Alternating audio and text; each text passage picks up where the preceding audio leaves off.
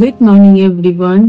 আজকের মর্নিংটা একটু দেরি করে শুরু হলো, কারণ টুইটি স্কুলে চলে গেছে। আর এখন মানে আমি তোমাদের ব্লগটা শুরু করেছি দেরি করে। এখন ব্রেকফাস্ট করতে বসেছি। কালকে রাত্রিবেলা বানিয়েছিলাম ধোসা। তো ধোসার যে আলুটা থাকে না, তো সেটা ছিল, সেটা দিয়ে স্যান্ডউইচ বানিয়ে নিয়েছি, বয়েলড এগ আর কফি। এই হচ্ছে আজকে আমাদের ব্রেকফাস্ট কমপ্লিট করব। আর আজকে আবার বৃহস্পতিবার, মানে অনেকগুলো কাজ আছে, কারণ পুজো করতে তো অনেকটা সময় লেগে যায় না। বিগ বাস্কেট থেকে ওইখানে অরেঞ্জ, মৌসুম্বি সব পুজোর জন্য আনিয়েছি। আর ওই কাউন্টার টপের ওপর না আমি শুধুমাত্র পুজোর জিনিসই রাখি, টেম্পোরারি আর কি। তারপর সেটা ওয়াশ করে ফ্রিজে তুলে দিই। আর ওই জায়গাটা আমি কোনো আমাদের এঁঠো খাবার, চায়ের কাপ এইসব কিচ্ছু রাখি না, আর কাউকে রাখতেও দিই না। তো যাই হোক, এই হচ্ছে ব্যাপার। কারণ এখন তো আমি ওই জায়গাটা ব্রেকফাস্ট কাউন্টার করে ইউজ করি না, কারণ ওখানে আমার এখন স্টুল কেনা হয়নি সেরকম বাজেটের মধ্যে, এবং দেখতে সুন্দর ওরকম টুল পাচ্ছি না আর কি। মনে হচ্ছে এই চেয়ার গুলো, এই যে এই ডাইনিং টেবিলের এই চেয়ার গুলো যাকে দিয়ে বানিয়েছি, আমার মনে হচ্ছে আমি যেরকম চাই তাকে ছবি দেখিয়ে বানাতে হবে, এই আর কি। তো চলো ব্রেকফাস্টটা করে নি আর দিনটা শুরু করি। আর আজকে কিন্তু বেশ সানি ওয়েদার, একদমই কিন্তু বৃষ্টির কোনো মানে দেখছি না। গরম তো আছে একটু হালকা হালকা।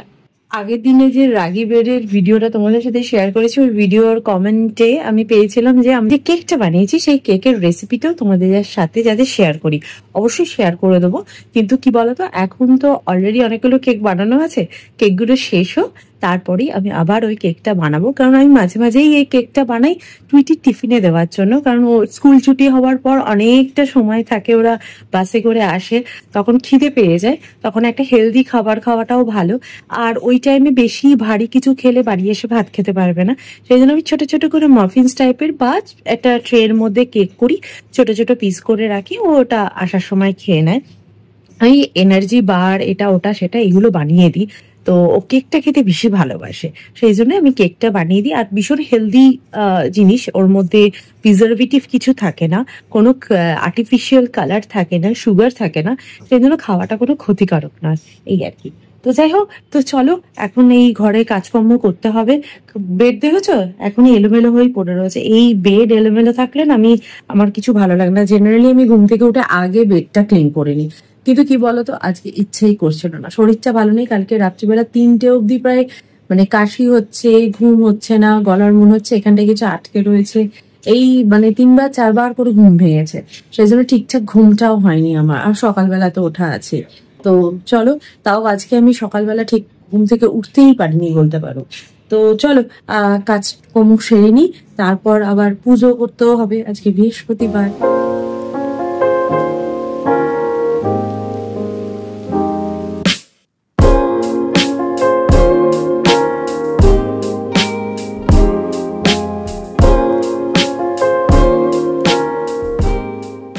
আজকে বিগ বাস্কেট থেকে যখন দুধ অর্ডার করেছিলাম, তার সাথে আমি এই পিনাটের প্যাকেটটা অর্ডার করেছি। এটাকে আমি রোস্ট করে রাখবো। আমি এমনি কাঁচা পিনাট কিনেই রোস্ট করে আমরা খাই। প্রান্তিক বিকেলবেলা হয়তো একটু মুড়ি দিয়ে খেলো, আমি একটু চাট বানিয়ে খাই, শসা দিয়ে, পেঁয়াজ দিয়ে, পিনাট দিয়ে, অল্প কটা পিনাট দিয়ে খেতে আমার ভীষণ ভালো লাগে। এছাড়া চিড়ের পোলাও বা এটা ওটা রান্নায় তো আমায় দিতেই হয়। আর আমি সেদিনকে বাড়িতে এত কিছু বানাই, টুইটি বলছে মামি পপকর্ন খাবো। আর ওই মার্কেটে একটু পপকর্নের যে প্যাকেটগুলো পাওয়া যায় না, দেখবে কি মারাত্মক ডালডা না বাটার কি দেওয়া থাকে ভগবান জানে, ওইগুলো কিনে খাওয়াতে একদমই ভালো না। সেই জন্য আমি কর্ন কিনে এনেছিলাম, এই বিগ বাস্কেট থেকেই আনিয়েছিলাম।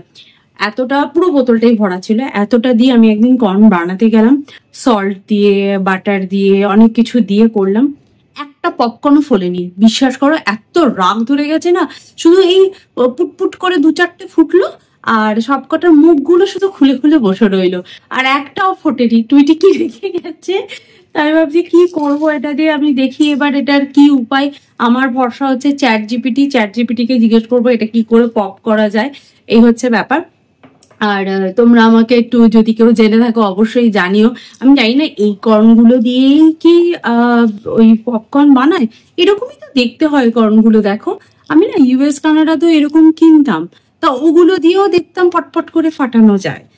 মানে ফেটে যেত। ওরকম মাইক্রোওভেনে দিতাম, একটু বাটার আর সল্ট দিয়ে সুন্দর পপ হতো। জানি না এই দেশি পপকর্নের কি হয়, মানে কর্নগুলোর কি হয়েছে। তো যদি কেউ জানো তো প্লিজ আমায় জানিও। আজকে অনেক মাছ মাংস খাওয়া হয়েছে, আমার একদম ভালো লাগছে না, সেজন্য আজকে ভাবলাম একটু সয়াবিন রান্না করব। অনেকদিন সয়াবিন খাওয়া হয় না, এটা আনাও রয়েছে, রান্না করাটাও দরকার। তো সয়াবিনের তরকারি করব আর ঝোল টাইপের একটু করব, মাছের ঝোলের জায়গায় প্রোটিনের জন্য। আর তার সাথে ডাল তো থাকছেই, আর একটা দেখি কি তরকারি করা যায়। আমি যদি এখন উচ্ছে বানাই টুইটি ভীষণ রেগে যাবে, কারণ কালকে আমি উচ্ছে বানিয়েছিলাম। তো আজকে ভাবছি কাঁকরোল বানালে কেমন হয়। কাঁকরোলটাও রয়েছে, ঢেঁড়সও রয়েছে, পটলও রয়েছে, কি বানাবো বুঝতে পারছি না। যাকে আমার মনে হচ্ছে কাঁকরোলটা বানালে টুইটি বেশি খুশি হবে, কারণ কাঁকরোল খেতে টুইটি খুব ভালোবাসে। শুধু টুইটি না, টুইটির মা খেতেও খুব ভালোবাসে।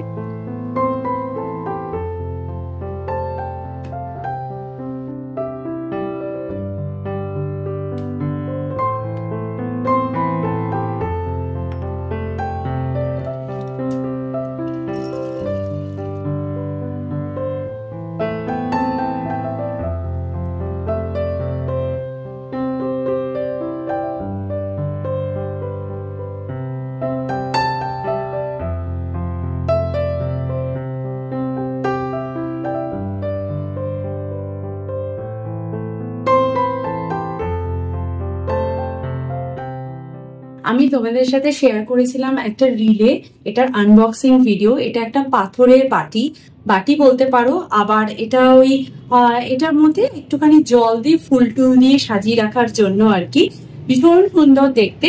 আর আমি এটাকে ইউজ করি হচ্ছে আমার এই ভোলে বাবাকে এর উপর বসিয়ে রাখি। কেন বলতো? কারণ শিব ঠাকুরকে নাকি সবসময় পাথরের বাটিতে বা তামার বাটিতে বসাতে হয়। আর আমার না একটা কাঁসার থালায় বসানো ছিল, তো আমার অনেকদিনের ইচ্ছে ছিল একটা পাথরের বাটিতে আমি শিব ঠাকুরকে বসাবো, কিন্তু আর এটা না খুব ভারী। আর এটা আমি ছোট যে বাটিগুলো দোকানে কিনতে পাচ্ছিলাম আর কি, সেগুলো গোল বাটি, আর শিব ঠাকুরকে জাস্ট বসিয়ে রাখার জন্য। আর এটা বসালে শিব ঠাকুরকে কি ভালো লাগে দেখো। আমার যখন ও বাড়িতে গৃহপ্রবেশ হয়েছিল, তখন গৃহপ্রবেশে এই আমার এই ভোলে বাবাকে প্রতিষ্ঠা করেছিলাম। তো তবে থেকেই এই ভোলে বাবা আছে। তবে আমার বাবার কাছেই ছিল ঠাকুর, এই শিব ঠাকুর, কারণ আমি তো ইউএস বা কানাডাতে একে নিয়ে যেতে পারিনি, কারণ পাথরের জিনিস প্রথমত ভারী আর এটা ফ্রাজাইল। তো সেই জন্য খুব ভয় লাগতো নিয়ে যেতে, সেজন্য বাবার কাছেই রেখে দিয়েছিলাম। বাবা সুন্দর করে এটাকে যত্ন করতো। তা আজকে পাথরের বাটিটা আমি অনেকদিন আগেই কিনেছি, তো এই সুন্দর বাটিটার মধ্যে ঠাকুরকে রেখে কি ভালো লাগছে, তাই না?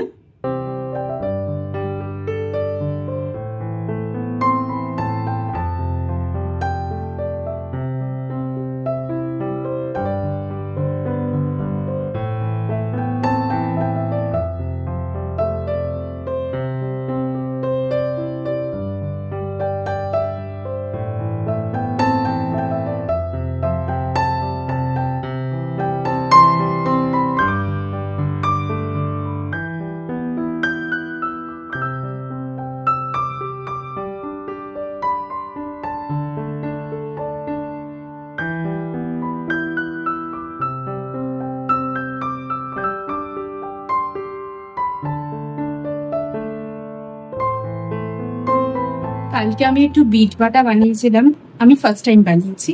কেমন খেতে হবে না হবে সেই জন্য আমি তোমাদের সাথে শেয়ার করিনি। তাই এটা দারুণ হয়েছে। কালকে বানিয়েছিলাম, কালকে তো খেয়েছি। এটা হচ্ছে আমার দিদির বাড়িতে যে একজন রান্না করে আর কি, তার রেসিপি। দিদির বাড়ি থেকে সেইকে মায়ের বাড়িতে একটু পাঠিয়েছিল, আমি খেয়েছিলাম, জাস্ট অসাধারণ লেগেছিল, অসাধারণ। সেই জন্য আমিও বিট এনে আমিও এটা বানিয়েছি, ভীষণ ভালো। দিদির বাড়িতে না অনেক রকম এসব মানে বিভিন্ন ধরনের পাতা, বিভিন্ন ধরনের সবজি এসব বাটাবুটি খায়। ওর শাশুড়ি খুব সুন্দর বানাতে। তো যাই হোক, জেঠিমাকে খুব মিস করি। জেঠিমা খুব ভালো এইসব রান্না বান্না করতেন। যাই হোক, ওদের বাড়িতে এই ট্রেডিশনটা ধরে রেখেছে, তা আমিও একটু একটু শিখে নিচ্ছি। দিদি বাড়িতে যে রান্নার দিদি আছে ভীষণ ভালো করেছে, তবে এটাও কিন্তু খেতে খুব একটা খারাপ হয়নি। তোমরা কে কে বিট বাটা খেয়েছো আমাকে জানিও, কিন্তু খুব ভালো লাগে খেতে। মানে এই মেয়েটাকে আমার করতে দিয়ে আসতে হবে। আমার বেশ ভালো হয়, 2 ঘন্টা বেশ আমি রিল্যাক্স করতে পারি। 100 টাকা আসবে। চলো, তুই এখন আমার মতো লম্বা হয়ে গেছে। আরে আরে একটু ওরকম করে দেখো, সবাই লম্বা এরকম করছে কাজটাকে। একটুখানি লম্বা হয়ে গেছে, একটুখানি বাকি। চল ভালোই হলো, টুইটি বেশি বেশি তো জামা হয়, বেশি বেশি জামা বেশি বেশি জুতো হয়, তাহলে আমারও হয়ে গেল। এটা তো প্লাস পয়েন্ট, ভালো হবে না? তাহলে আমারই বেশি জামা হবে, আমারই বেশি জুতো হবে, টুইটি হবে না। আর আমি শাড়ি কিনবো যাতে টুইটি ভর্তি না করে। একটু আগে একটা গুড নিউজ পেয়েছি, সেটা আমি টুইটির সাথে শেয়ার করবো। জাস্ট রিয়াকশনটা আমি দেখবো, দেখো কি হয়। দাঁড়াও, ও আসো, ব্যাগ নিয়ে ব্যস্ত হয়ে গেছে। টুইটি, আজকে একটা তোর জন্য গুড নিউজ আছে। কি বলতো? তুই যে স্টেট লেভেলে কম্পিটিশনটা দিয়েছিলিস, তাতে তুই র্যাঙ্ক করেছিস।